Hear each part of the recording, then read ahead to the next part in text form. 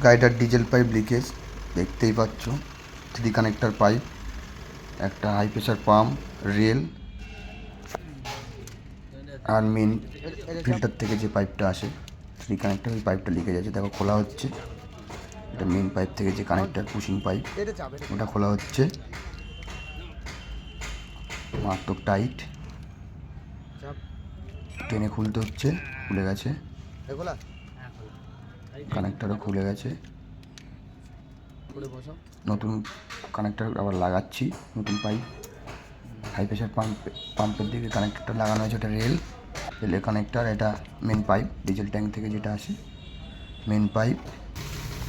গাড়ি স্টার্ট, দেখতেই পাচ্ছ তোমরা, কোনো লিকেজ নেই, ক্লিয়ার।